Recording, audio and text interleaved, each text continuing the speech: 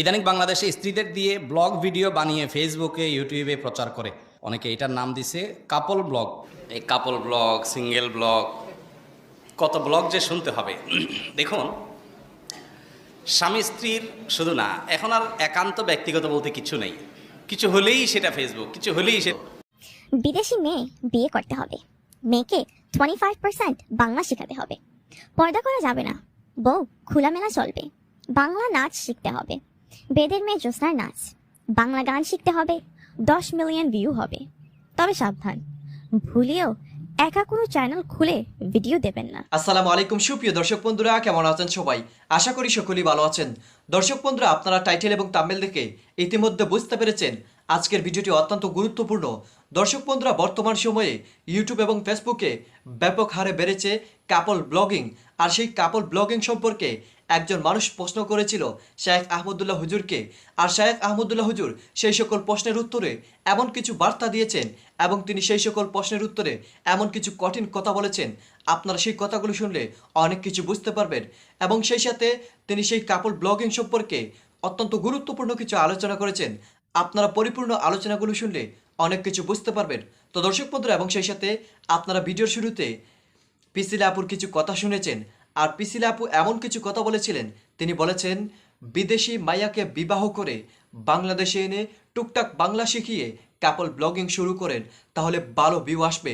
এবং তিনি বলেছেন মিলিয়ন বিলিয়ন ভিউ আসবে, কিন্তু তিনি নিষেধ করেছেন একা ভিডিও করতে।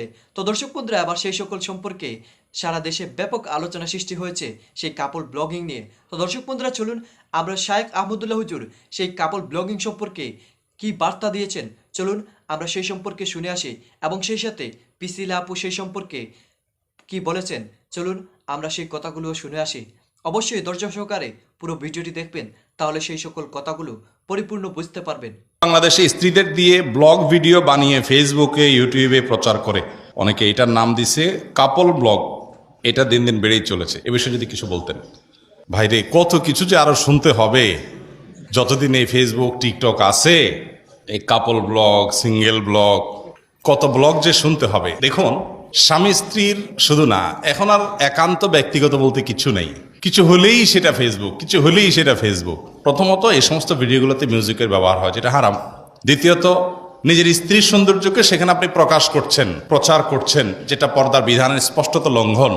তৃতীয়ত, আপনার স্ত্রীর সৌন্দর্য অন্যরা প্রদর্শন করুক, অন্যরা দেখুক, অন্যদের কাছে প্রদর্শিত হোক, এটাকে আপনি অনুমোদন করছেন।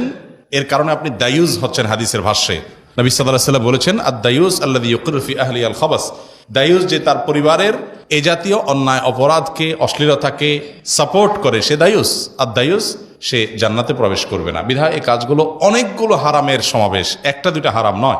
আরবিয়ানদের মধ্যে অনেকেই আছেন যারা ব্যক্তিগতভাবে ইসলাম খুব ভালো প্র্যাকটিস করেন না। ইসলামের অনেক বিষয়ে তাদের অবহেলা, উদাসীনতা আছে, কিন্তু নিজের মেয়েকে, নিজের স্ত্রীকে, মাকে, বোনকে পর্দা করার ব্যাপারে খুবই সচেতন। নিজে হয়তো ফিল্ম দেখে, অনেক হারাম কাজ করে, কিন্তু নিজের মা, বোন, ঘরের মেয়েদের পর্দার ব্যাপারে কোনো কার্পণ্য নাই। কারণ কি? কারণ সে বুঝে যে সে নিজে চোখের জানা করে যে এই বিভিন্ন মহিলাদেরকে দেখে বেড়াচ্ছে, সেটা ভিডিওতে, ফিল্মে, নাটকে, সিনেমাতে, বিভিন্নভাবে, ওইগুলো সবগুলো তো পবিত্র মন নিয়ে দেখে, তাই না? কি বলেন? নারী মায়ের জাতি, সম্মানের পাত্র, অতএব পবিত্র মন নিয়ে তো দেখে সবাই। তো যে দেখে সে আসামি নিজেরটা তো নিজে জানে যে কি মন নিয়ে দেখছে।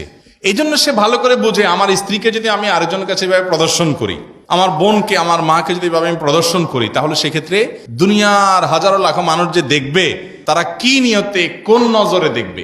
এই দেখাটা শুধু দেখা হবে নাকি এক্সরে হয়ে যাবে? এই দেখাকে শুধু দেখা হবে নাকি দেখা প্লাস মনের জেনা হবে? এটা বুঝে না এমন কোনো মানুষ দুনিয়াতে আছে? তাহলে আপনার স্ত্রীর ছবি দেখে, ভিডিও দেখে, তার বিভিন্ন দৃশ্য দেখে মনে মনে যেসব চিন্তা মানুষ করে, ওইগুলো যদি মুখে উচ্চারণ করতো আপনার সামনে, আপনি তো জুতা নিয়ে দৌড়াইতেন, তারা জুতা নিয়ে দাবাইতেন না? তাহলে আপনার বিবেক কিভাবে সায় দেয় যে আপনি এভাবে তার সৌন্দর্যকে মানুষের সামনে বিলায় বেড়াবেন? আপনি তো শতভাগ নিশ্চিত যে আপনার স্ত্রীর সৌন্দর্য যখন আপনি মানুষের সামনে প্রদর্শন করে বেড়াচ্ছেন, শত শত মানুষ মনে মনে তাকে জেনা করছে, তার শরীরের বিভিন্ন অঙ্গ প্রত্যঙ্গ নিয়ে বাজে কল্পনা করছে। এই বাস্তবতাকে অস্বীকার করার সুযোগ আছে? বলো যে এ হুজুরদের মনটাই খারাপ, এই বেটারা কিছু বললেই খারাপ কথা চিন্তা করে। তো এখন আমার কথা হলো, যারা এই কথাগুলো বলেন, ওনাদের মনে কি আসে? ওনারা সত্য কথাটা বললেই হয়, ওনাদের মনে কি এরকম পবিত্র চিন্তা আসে কিনা? কি বলেন? উন্নত দেশগুলোতে যে মহিলারা খোলামেলা চলে, তাদের এই খোলামেলা দৃশ্যগুলো পুরুষরা দেখে সবাই পবিত্র চিন্তা করে? আপনাদের কারোর এরকম পবিত্র চিন্তা হয়? আল্লাহ তাআলা কি এটাকে এইভাবে সৃষ্টি করেছেন? দেখুন, আমাদের যে সমস্ত ভাইরা এই জাতীয় কাজগুলো করেন, তাদেরকে আমরা বিনয়ের সাথে বলতে চাই, দাম্পত্য জীবনে সুখ শান্তির ক্ষেত্রে এগুলো অনেক বড় অন্তরায় এবং প্রতিবন্ধক। কারণ এই জাতীয় বিষয়গুলো দিন দিন যখন আস্তে আস্তে আপনার মধ্যে বেশি হতে থাকে, একটা পর্যায়ে দেখা যায় এগুলো থেকে পরকীয়ার পথে মানুষ হাঁটে এবং এগুলো থেকে সংসারে নানা রকমের অশান্তি শুরু হয়। হারাম অনেক রাস্তার নতুন করে খুলে যায়। সবচেয়ে বড় কথা হলো আপনার এখানে মিউজিক থাকছে, পর্দাহীনতা থাকছে, আপনি দায়ুসগিরি করছেন এবং আপনার এই সমস্ত কাজগুলো অনেক সময় সাধারণত অ্যাডসেন্স করে উপার্জন করার জন্য করছেন, সেটা আরেক হারাম কাজ করছেন। অর্থাৎ বহুবিধ হারামের এখানে সমাবেশ ঘটে থাকে। এগুলো নির্লজ্জতা, এগুলো বেহায়াপনা। আমরা এর আগে বিভিন্ন সময় বলার চেষ্টা করেছি। অতএব কোনো স্বামী তার স্ত্রীর সৌন্দর্যকে এভাবে প্রদর্শন করা, সেটা যে নামেই হোক, আপনার এই কাপল ব্লগ হোক, সিঙ্গেল ব্লগ হোক বা অন্য কোনো নাম দিয়ে এগুলো করা কোনো অবস্থাতে জায়েজ নয়, যৌক্তিক নয়। এটা নির্বুদ্ধিতার পরিচয়, এটা রুচিহীনতার পরিচয়, এটা কুরুচিপূর্ণ মানুষের পরিচয়। আল্লাহ তাআলা আমাদেরকে বোঝার তৌফিক দান করুন। যারা এগুলোকে খুব বেশি তথাকথিত উদারতার নামে এগুলো করে থাকেন, তারা একটা সময় আফসোস করেন, আক্ষেপ করেন। এই পরিবারগুলো একটা সময় হয় পরকীয়ার দিকে চলে যায়, আর নাহলে স্বামী স্ত্রীর মধ্যে ভাঙন ধরে, আর না হলে আরো নানাবিধ অশান্তি এবং ভুল পথ এর দিকে তারা চলে যান এবং অন্যান্য অন্যায়ের পথ উন্মোচিত হয়। বিদেশি মেয়ে বিয়ে করতে হবে, মেয়েকে 25% বাংলা শেখাতে হবে, পর্দা করা যাবে না, বউ খোলামেলা চলবে, বাংলা নাচ শিখতে হবে, বেদের মেয়ে জ্যোৎস্নার নাচ, বাংলা গান শিখতে হবে, 1-2 লাইন হলেই চলবে। তারপর শুরু করবেন ভিডিও তৈরি। আপনি পেছনে থাকবেন, আপনার ওয়াইফকে সামনে রাখবেন, আপনি হিট। বউ নিয়ে লাইভে আসবেন, লক্ষ লক্ষ মানুষ একসাথে দেখবে। আপনার বউ যদি কোনো রকম নাচে তাহলেও হবে। 1 মিনিট নাচলে 10 মিলিয়ন ভিউ হবে। তবে সাবধান, ভুলেও একা কোনো চ্যানেল খুলে ভিডিও দেবেন না, 10টা ভিউও হবে না। এই ভিডিওটি কাউকে উদ্দেশ্য করে তৈরি না, কাউকে আঘাত করা আমার উদ্দেশ্য নয়। সব মানুষকে আমি সম্মান শ্রদ্ধা করি, ভালোবাসি। কিভাবে বড় ইউটিউবার হবেন, সেলিব্রিটি হবেন, ফেমাস হবেন? যদি আয়মান সাদিক ভাইয়ের মতো কোয়ালিটি থাকে, যদি আরজে কিবরিয়া ভাইয়ের মতো কন্টেন্ট হয়, যদি মুনজারিন আপুর মতো জিনিয়াস হন, যদি তৌহিদ আফ্রিদি ভাইয়ার মতো টাকা থাকে, তাহলে আপনাদের জন্য এই ভিডিও নয়। এই ভিডিও হলো একদম সাধারণ মানুষের জন্য। শিক্ষা কম, চেহারা ভালো না, কথা বলতে পারেন না, এটা কোনো বিষয় না। ভিডিওটা একটু মনোযোগ দিয়ে দেখুন, আপনার সেলিব্রিটি হওয়ার গ্যারান্টি 100%। আপনার কোনো উন্নত দেশে যেতে হবে, ওইসব দেশে গিয়ে একটু সেটেল হওয়ার পর ওই উন্নত দেশের নিম্নমানের মেয়েদের পেছনে ঘোরা শুরু করবেন। যদি কম বয়স্ক চান বা শিক্ষিত চান, তাহলেও পেতে পারেন, হয়তো সময় লাগবে। খেয়াল রাখতে হবে, অনেক হাই ক্লাসের মেয়েদের বিয়ে করলে কিন্তু আপনার কথা শুনবে না। সেলিব্রিটি হওয়ার পরিবর্তে মেয়ের জামা কাপড় ধোয়া, জুতা পরিষ্কার করা, ঘর বাড়ি পরিষ্কার করা, বাচ্চাদের ডাইপার পরিষ্কার করতে করতে জীবন শেষ হয়ে যাবে। তাই ডিসিশন নিতে কেয়ারফুল হতে হবে। এবার আসি মূল কথায়।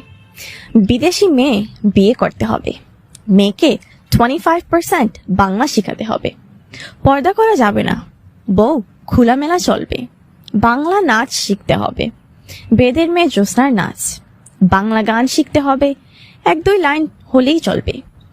তারপর শুরু করবেন ভিডিও তৈরি। আপনি পেছনে থাকবেন, আপনার ওয়াইফকে সামনে রাখবেন, আপনি হিট।